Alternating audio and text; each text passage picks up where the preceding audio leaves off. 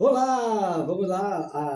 Agora vamos fazer um resumo, né? Agora sem muita pressa, por conta do tempo, a gente vai fazer aqui um resumo sobre a Páscoa. Perguntas frequentes, né? As dúvidas que as pessoas têm sobre a Páscoa, né? Perguntas frequentes sobre a Páscoa. Olha, qual é a primeira pergunta?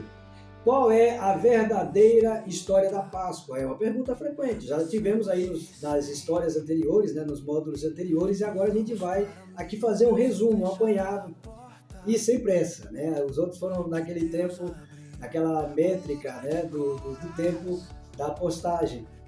A verdadeira história da Páscoa remonta, né, ou à celebração cristã da ressurreição de Cristo, que aconteceu no terceiro dia após sua crucificação, como narrado nos evangelhos do Novo Testamento. A Páscoa é uma celebração da vitória sobre a morte e o pecado, simbolizando a esperança de vida eterna para os cristãos. Segunda pergunta: qual é a origem do dia da Páscoa? O dia da Páscoa tem suas raízes na tradição judaica, que comemora a libertação dos israelitas da escravidão no Egito. O termo Páscoa em hebraico, ou Pasach, se refere à passagem do anjo da morte sobre as casas dos judeus, golpeando-os. Para os cristãos, a origem da Páscoa está ligada à ressurreição de Jesus, que ocorreu durante a celebração da Páscoa judaica, lá em Jerusalém. Lembra lá a última ceia?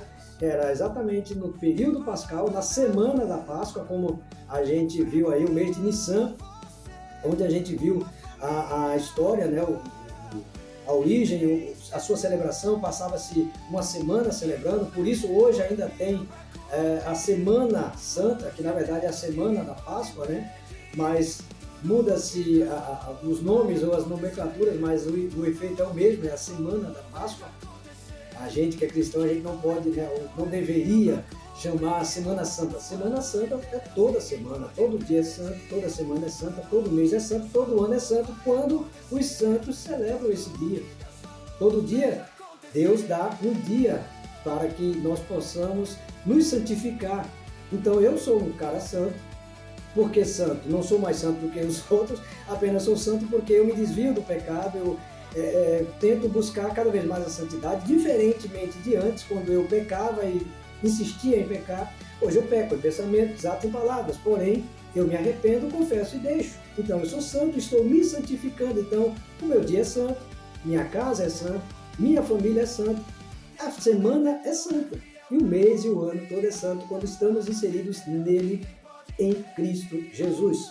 Então, quando se celebra essa Páscoa, né, essa origem, as pessoas acabam trazendo um pouco de religiosidade, ou outros mais extremos trazem um pouco de coisas pagãs, como os ovos da Páscoa, né, os que trazem aí o simbolismo dos coelhos, a fertilidade e tudo mais, e o chocolate, né? Sendo que a gente sabe que é o sacrifício, é sangue, é libertação, é livramento da morte. Amém? Então, a passagem do anjo da morte lá no Egito Antigo, Deus deu livramento de morte, ou da morte, sobre o povo de Israel, que tinha a marca do sangue. Já no Novo Testamento, Jesus celebrando a Páscoa com os seus discípulos, se preparando para derramar o seu sangue por mim e por você, livrando-nos cada vez mais da morte. Resumo: sangue livrou o povo do Egito, ou no Egito, da morte. Jesus, seu sangue, Cordeiro de Deus, nos livrou do pecado e da morte. Amém? Se refere à mensagem do anjo da morte sobre a casa dos judeus, poupando-os. Para os cristãos, a origem da Páscoa está ligada à ressurreição de Jesus Cristo, que ocorreu durante a celebração da Páscoa judaica. Outra pergunta: como a Páscoa surgiu? A Páscoa surgiu como uma festa religiosa que foi integrada ao cristianismo para comemorar a ressurreição de Jesus Cristo. A celebração começou a ser observada pelos primeiros cristãos após o evento da ressurreição que ocorreu em Jerusalém e foi estabelecida como um dos principais feriados cristãos do século II, ou 200 anos após a ressurreição de Jesus Cristo. Outra pergunta, qual a origem ou qual a mensagem que a história da Páscoa nos deixou? A mensagem da Páscoa é de esperança e renovação. A ressurreição de Jesus Cristo simboliza a vitória sobre a morte e o pecado, como eu já disse antes, não tinha nem lido aqui a história. Oferecendo aos cristãos a promessa de vida eterna e perdão. Ela nos lembra do poder transformador da fé e da importância de viver segundo os ensinamentos de Cristo. Outra pergunta, a história da Páscoa na Bíblia. A história da Páscoa na Bíblia é contada principalmente nos evangelhos do Novo Testamento, no livro de Mateus, Marcos, Lucas e João, que narram a crucificação, morte e ressurreição de Jesus. A Páscoa também é mencionada no Antigo Testamento, especificamente no livro do Êxodo, ou de Êxodo, que descreve a primeira Páscoa quando os judeus foram libertos da escravidão no Egito. Outra pergunta, significado da Páscoa na Bíblia. Na Bíblia, a Páscoa simboliza a libertação e a revelação e a salvação. No Antigo Testamento, ela comemora a libertação dos israelitas do Egito, enquanto no Novo Testamento a Páscoa representa a ressurreição de Jesus, que trouxe redenção e vida eterna aos cristãos. Outra pergunta, qual é o mês da Páscoa? A Páscoa é comemorada no primeiro domingo após a primeira lua cheia, que ocorre após o equinócio da primavera no hemisfério norte. O que a torna uma data móvel? O que a torna uma data móvel? Ou seja, não tem um dia específico, ela tanto faz acontecer num dia quanto no outro. Isso significa que a Páscoa pode ocorrer entre 22 de março a 25 de abril. Neste ano, 2026, a Páscoa será no domingo, né? A Páscoa será na segunda, dia 21 de abril. Qual é o verdadeiro significado da Páscoa na Bíblia?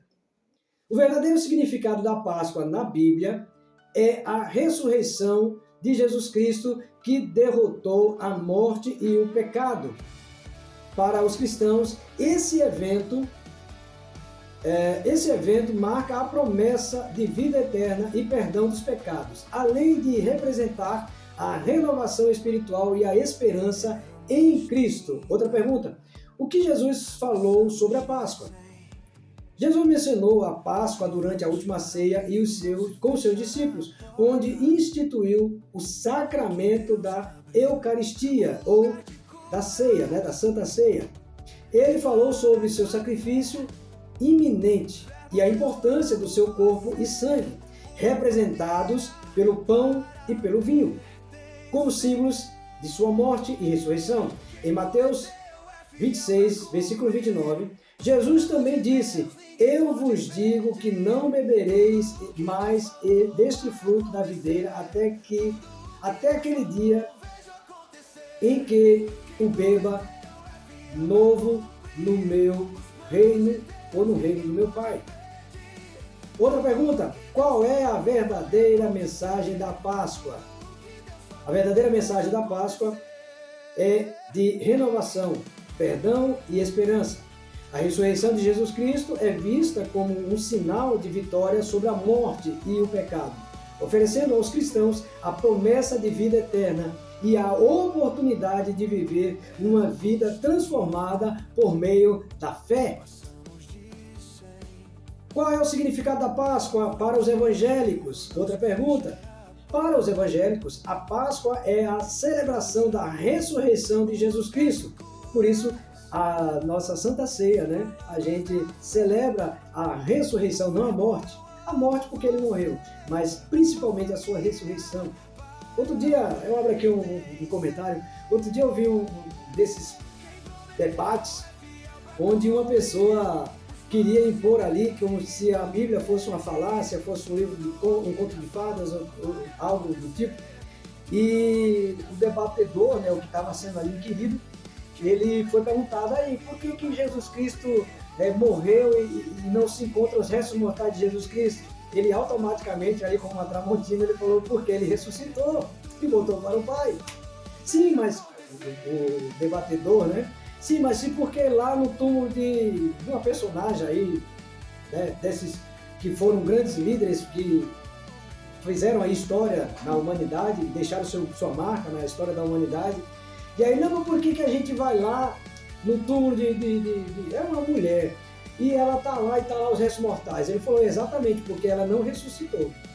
Ou seja, a gente sempre prega, sempre na rádio de Boba Gospel, a gente sempre está falando isso onde a gente ministra, que a única personagem, o único personagem morto, onde se chega no túmulo, e lá, olha, você chega no túmulo de Maomé, tá lá, aqui jaz os restos mortais de Maomé. Você chega no túmulo de Ellen White, aqui jaz os restos mortais de Ellen White. Aqui jaz de Buda e todos os outros personagens. Mas um único túmulo em toda a história da humanidade, na face da Terra, onde você chega lá em Jerusalém e tem uma placa escrita em cima do túmulo: não está aqui, pois já ressuscitou. Então a Páscoa, ela é para os evangélicos essa celebração da salvação e da ressurreição de Jesus Cristo, que trouxe salvação para a humanidade. A Páscoa é vista como um momento de reflexão sobre o sacrifício, a morte de Cristo e a importância de seguir seus ensinamentos, além de ser uma oportunidade de oferecer a fé e a esperança no Evangelho. Outra pergunta: Páscoa na Bíblia, no Novo Testamento. No Novo Testamento, a Páscoa é diretamente associada à morte e ressurreição de Jesus Cristo, como já disse. Os evangelhos narram a última ceia, onde Jesus celebrou a Páscoa com seus discípulos e o seu sacrifício na cruz, que ocorre durante o período da celebração judaica da Páscoa. A ressurreição de Jesus Cristo, que é o foco principal do cristianismo. Por quê? Porque nós não adoramos a um Deus morto, e sim aquele que ressuscitou e vive para todo sempre, que vai voltar para um povo santo, zeloso e com boas obras, e que crê que ele morreu, ressuscitou. Crê que ele é o Cordeiro de Deus. Essa é a verdadeira Páscoa, né, da Bíblia, que nós acreditamos no Novo Testamento. Aqueles descritos por aqueles que andaram com Jesus Cristo. Que Jesus é o foco principal do cristianismo. Aconteceu no terceiro dia após sua morte, ou seja, após a ressurreição, confirmando o cumprimento das promessas de Deus. Páscoa no Antigo Testamento. Outra pergunta: no Antigo Testamento, a Páscoa está ligada ao evento de Êxodo, quando Deus libertou os israelitas da escravidão no Egito.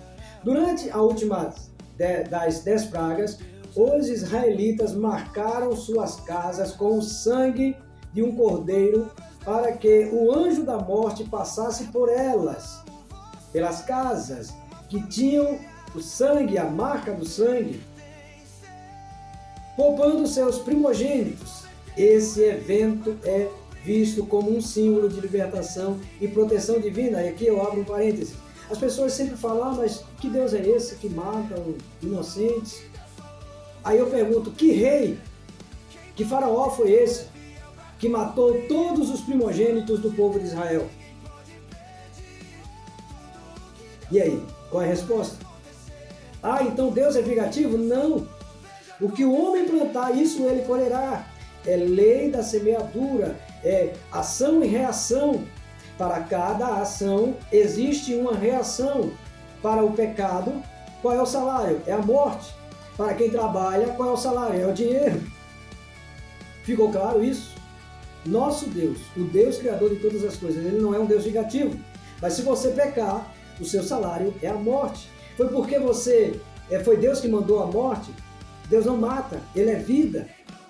Jesus veio para que o povo que estava em pecado, estava destituído da glória de Deus. Então Jesus veio para que tivéssemos vida e vida em abundância.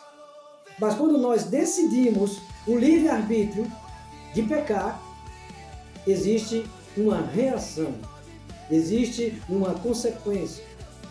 Então, Deus, para quem tem o sangue de Jesus, assim como o sangue estava na casa dos judeus, dos israelitas, lá no Antigo Egito, hoje quem tem o sangue de Jesus sobre sua vida não experimenta da morte. Mas aí, irmão Luiz, como é que não morre se eu vejo muita gente morrendo? Quem é crente e quem não é crente? Finda-se os dias, meu irmão. Ninguém nasceu para ser semente. Quer dizer, nascemos para ser semente, né? Adão e Eva foram feitos para serem sementes, para estarem ali povoando a terra sem morrer. Mas como houve a desobediência, eles começaram a conhecer a morte por uma desobediência. Lembra que eu falei? Ação e reação. Eles agiram em pecado e a reação foi a morte. Então, como aqui descrito, quem tem o sangue do Cordeiro, veja só, olha o que o Espírito Santo me revela. Quando o homem e a mulher pecaram, o sangue foi derramado. Como assim, irmão Luiz? O primeiro sangue derramado na história da face da terra não foi o sangue de um irmão que matou o outro. O primeiro sangue derramado, o primeiro homicídio, talvez. Mas o primeiro sangue derramado em sacrifício por o pecado de um homem e de uma mulher, a saber, Adão e Eva, foi a de um animal, para que cobrisse a nudez daquele casal.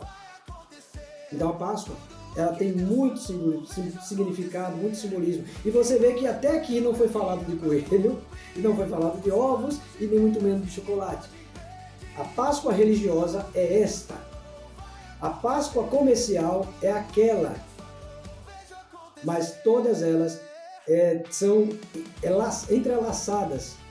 Uma é verdadeira e a outra é consumista. Simples assim. Significado da Páscoa na Bíblia, versículo. Para encerrar, o significado da Páscoa e o versículo onde ela está sendo expressa é exatamente nesse versículo. Um versículo que descreve o significado da Páscoa na Bíblia é 1 Coríntios 5, versículo 7, que diz: porque Cristo, nosso Cordeiro Pascal, foi sacrificado.